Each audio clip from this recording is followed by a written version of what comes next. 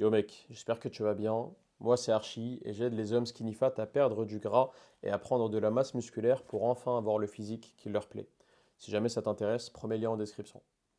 Aujourd'hui je vais te parler du sujet des calories, mais cette fois dans le concept de perdre du gras, de sécher, comme on dit en musculation, même si c'est pas exactement un terme qui est exact du coup. Généralement c'est le terme qu'on utilise pour dire perdre du gras, perdre de la graisse. Quand tu es un homme skinny fat, le plus important pour toi, c'est de prendre quelques kilos de masse musculaire et de perdre quelques kilos de gras. Tu ne dois pas complètement te transformer, c'est-à-dire prendre 20 kilos de masse musculaire et perdre 50 kilos de gras ou je sais pas quoi, à part si tu es obèse. Mais si tu es skinny fat, généralement, c'est une question de quelques kilos. Quelques kilos de masse musculaire pour enfin avoir un physique qui a l'air athlétique et perdre un peu de gras pour pas avoir non plus un petit bide ou je sais pas moi des pecs qui sont un peu tombants, un peu comme des pectosins comme mes potes aiment bien appeler ça ou voilà, un physique globalement qui est un peu soft, tu vois, un peu faible ou fragile, entre guillemets, tu perds du gras et tu verras que tu vas révéler le muscle que tu es en train de prendre en même temps et tu auras un physique harmonieux, esthétique, athlétique, comme tu as envie. Si tu as envie de sécher sans compter tes calories, parce que je sais que beaucoup de gens ont la flemme, n'ont pas le temps, n'ont pas envie, il y a un moyen simple de faire, et c'est tout simplement de comprendre que les calories, c'est un moyen de comprendre, enfin déjà c'est une unité d'énergie, et plus tu manges de calories, plus tu vas prendre du poids, moins tu manges de calories, plus tu vas perdre du poids, ou moins tu vas prendre de poids. Et chaque jour, il te faut un certain nombre de calories à manger. Même si tu ne le comptes pas, même si tu ne le calcules pas, il y a un certain nombre qu'il te faudrait.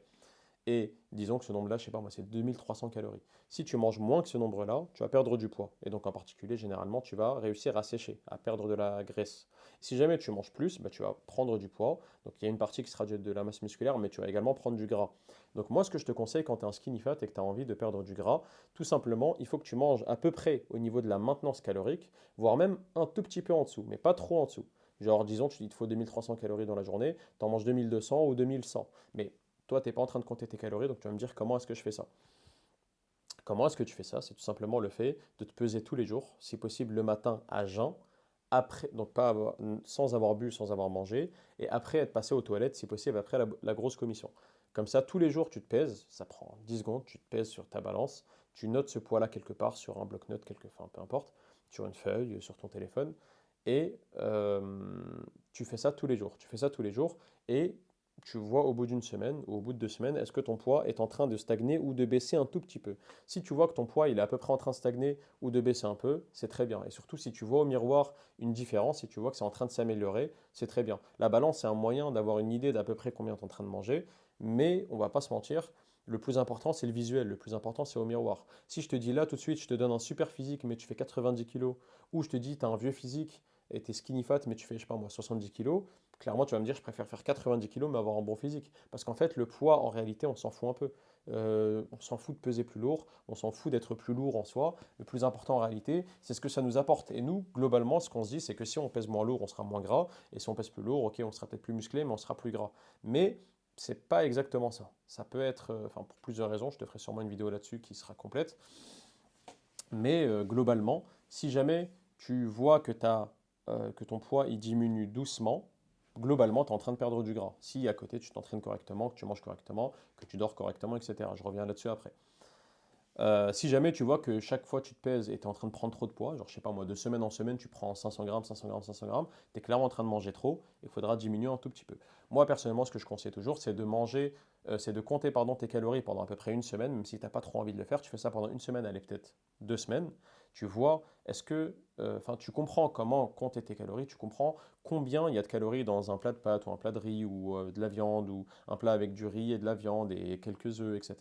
Tu comprends tout ça, et donc quand tu arrêtes de compter ensuite parce que tu as la flemme, parce que tu as envie de faire ça toute ta vie, et je comprends, hein, moi-même je compte plus trop mes calories, et pourtant je suis en train de m'améliorer encore de jour en jour, eh bien tu comprendras mieux comment faire et tu verras que tu progresseras mieux. Bref, globalement, le but c'est que tu manges à 80-90% des aliments qui sont bruts et non transformés.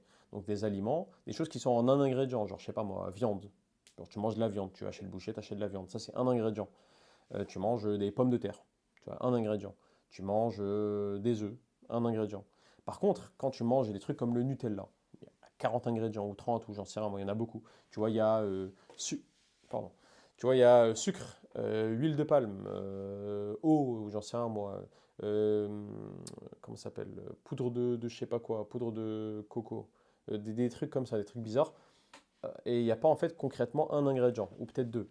Quand tu as un seul ingrédient, si possible, c'est un aliment qui est brut et non transformé, ça sera beaucoup mieux pour ta santé, mais également, il y aura les nutriments qu'il y a dedans en fait vont beaucoup te servir. Tu vois, généralement, une nourriture qui a un seul ingrédient, c'est quelque chose qui est naturel. C'est pas quelque chose qui a été fait par l'homme et fait exprès pour comment dire, avoir un goût qui est plus sucré ou plus bon pour toi. Mais généralement, c'est beaucoup plus calorique en fait. C'est beaucoup plus calorique. Il y a moins de nutriments là-dedans et c'est littéralement des calories qui vont te servir à améliorer ton physique. Et en fait, toutes les calories ne se valent pas, même si on a beau dire ce qu'on veut. Globalement, oui, si tu manges plus de calories qu'il te faut, tu vas prendre du poids. Si tu manges moins de calories, tu vas perdre du poids. Mais certains types de calories, donc si tu manges, pour faire simple, en gros, des aliments qui sont bruts et non transformés, et si tu manges beaucoup de protéines à côté pour voilà, avoir ton quota suffisant de la journée, donc 100-130 grammes en général par jour, eh bien, tu vas voir, ton physique va beaucoup mieux se transformer que si tu manges de la merde, mais le même nombre de calories.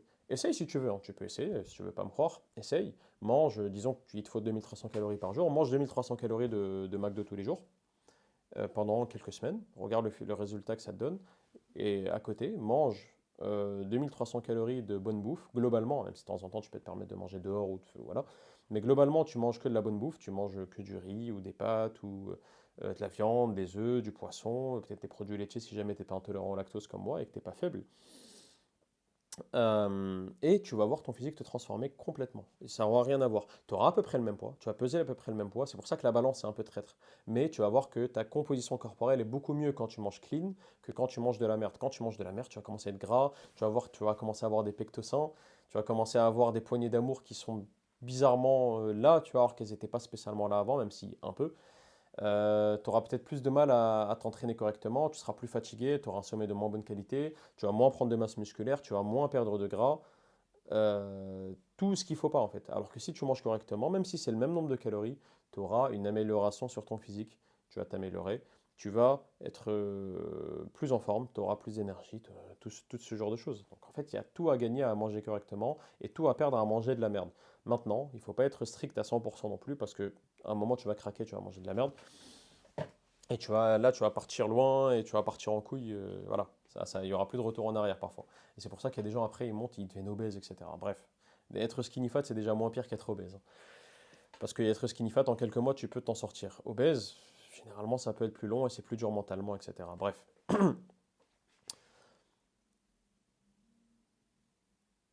me suis perdu, j'étais où? Je commence à fatiguer. Globalement, si tu manges bien, tu vas t'améliorer. Si tu manges mal, tu vas pas t'améliorer. Voilà ce que je disais. Tu dois manger globalement bien, globalement de la bonne bouffe, de la bouffe si possible que toi tu as fait, parce que c'est pas quelqu'un d'autre qui te l'a fait, il a rajouté des trucs bizarres pour que ça soit plus bon, mais voilà, ce sera beaucoup plus de calories et tout. Et de temps en temps dans la semaine, peut-être une fois dans la semaine ou quoi, je sais pas moi, tes potes ils t'invitent à manger, bah tu y vas. Tu vas pas dire non. Tu vas manger avec ta famille ou tes frères ou tes parents, ou peu importe, il y a un repas de famille, tu vas pas dire non. C'est pas grave. Tu vas, je sais pas moi, tu vas en date avec une meuf, tu payes, bon, tu payes l'addition pour tous les deux, j'espère. Sauf si la meuf elle est un peu féministe sur les bords, mais bref. Et tu payes pour vous deux, enfin, ça, on s'en fout en fait, mais tu manges dehors en fait, tu te fais plaisir, tu manges au resto. T'essaies si possible d'éviter de manger que de la merde. Genre, je te donne un exemple, le McDo ou KFC et tout, c'est vraiment de la merde. Voilà. Tu peux te le permettre quand même de temps en temps, mais privilégie largement des endroits où tu as une assiette. Tu as une assiette avec de la viande, peut-être un peu de frites ou quoi, c'est pas grave. Mais au moins, globalement, c'est centré autour d'un bon truc, genre de la viande. Ok, c'est fait avec des sauces, et etc. Tu vas manger ça avec de la sauce, de la mayo, du je sais pas quoi. Oui, ok, c'est pas grave. C'est pour ça qu'il faut pas faire ça tout le temps. Mais au moins, c'est un repas qui va quand même t'aider à avancer vers tes objectifs. Au moins, ne pas trop te ramener en arrière. Et en plus, ça va être plus. Enfin, ça aura un effet de satiété plus élevé, ça va te caler, tu seras content. Peut-être ça coûtera un peu plus cher, mais voilà, ça a un prix de manger mieux. Et le lendemain, dès qu'il faudra revenir sur ta bouffe classique de la maison, tu te sentiras beaucoup mieux et tu auras beaucoup plus de facilité que si tu es allé manger du McDo, ajouter un McFlurry ou deux, ajouter un milkshake, je sais pas quoi. C'est plus difficile. Maintenant, ça a quand même sa place et tu peux te permettre de manger ça, tu peux te permettre de te faire plaisir. C'est pas très grave, tant que globalement, 80-90% du temps, tu manges de la bouffe qui n'est pas transformée, si possible faite par toi ou par ta meuf ou par ta mère, enfin voilà, quelqu'un de proche de toi qui, tu sais, va pas mettre des trucs chelous là-dedans et va mettre que ce que toi, tu as envie là-dedans, dans ta bouffe. Et voilà, tout simplement, c'est ce qu'il te faut pour avoir une bonne nutrition. Quand tu as une bonne nutrition et que à côté, bien sûr, tu dors bien, tu t'entraînes bien, etc., ben, tu vas voir que tu vas perdre du gras. Et tu n'as pas besoin de compter tes calories pour ça. Tu n'as pas nécessairement besoin de compter. Quand tu vas manger dehors, t'es pas là, tu n'as pas besoin de dire, ouais, là, je vais manger des sushis, il y a combien de calories là-dedans? Ou là, je vais manger une pizza, ouais, il y a combien de calories par repas? Ne te casse pas la tête avec ça. Mais globalement, il faut que ton poids soit à peu près stable si tu es skinny fat et que tu as envie de perdre un peu de gras et prendre de la masse musculaire en même temps, parce que c'est possible de faire les deux en même temps. Et si quelqu'un te dit le contraire et te dit de la merde, je te ferai une vidéo là-dessus prochainement, donc abonne-toi pour ne pas rater ça.